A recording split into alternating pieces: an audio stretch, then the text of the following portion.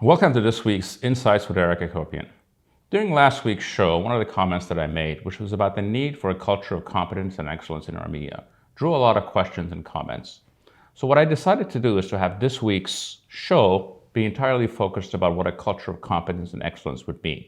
And we're going to use the war as an example about what such a culture would have meant in the outcome of the war and the difference that it would have made. A culture of competence means adjusting your diplomacy to the capabilities of your military, because the ultimate form of statesmanship is preventing bad things from happening. A culture of competence means having diplomats that have the situational awareness, knowing that a war is coming, that act vigorously, shuffling from capital to capital to prevent a war from starting. A culture of competence means having military leaders that after 10 years after drones became an instrument of war, would have insisted on the fact that we should have our own drone program, and more importantly, have the capability to fight the enemy's drone program. A culture of competence means having a military that has all of its communication lines and fiber optic lines set up underground, so communications during the war cannot be cut off by the actions of the enemy.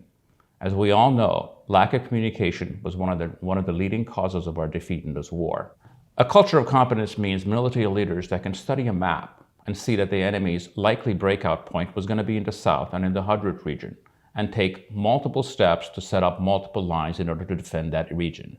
A culture of competence means having diaspora organizations, knowing that a war was coming for 25 years, that has set in plans that would have put in motion the day that the war started. A culture of competence means having intelligence services that can tell you exactly the time and place where the enemy was going to attack. No one can tell me that in a regime like Aliyev's, there are not many people who are upset and willing to sell out the regime that has wronged them in some way. Armenians in general have had a long history of being very effective operatives in different intelligence services. There's no reason for us not to have competent intelligence services. A culture of competence on a political level means that if you know that you are losing a war, you end that war earlier, one, to save lives and to achieve much better results than the one that were negotiated on the night of November 9th. A culture of competence means not having generals who are promoted because of who they're related to, but based on their capabilities. A culture of competence means having your own airlines and significant airlift capacity. So during those 44 days of the war, none of our neighbors could blackmail us about what we could bring into the country and what we could not bring into the country. A culture of competence means you don't lose a mountain fortress like Shushi to the enemy's light infantry. A culture of competence on a military side means that for 25 years you've had protocols and role plays of all contingencies that were likely to come up in the war. So no decisions really needed to be made during the war. You just needed to implement decisions that had already been made. A culture of competence means you don't lose the social media and public relations war to a ghoulish enemy that executes civilians, uses cluster bombs against civilian targets, and burns down forests using white phosphorus.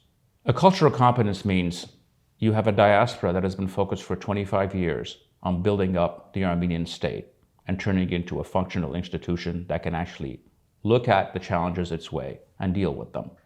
A culture of competence on a military side means a military leadership that takes advantage of our very effective tech sector in this country to improve the fighting capabilities of its forces, rather than turning down multiple offers of help from that industry.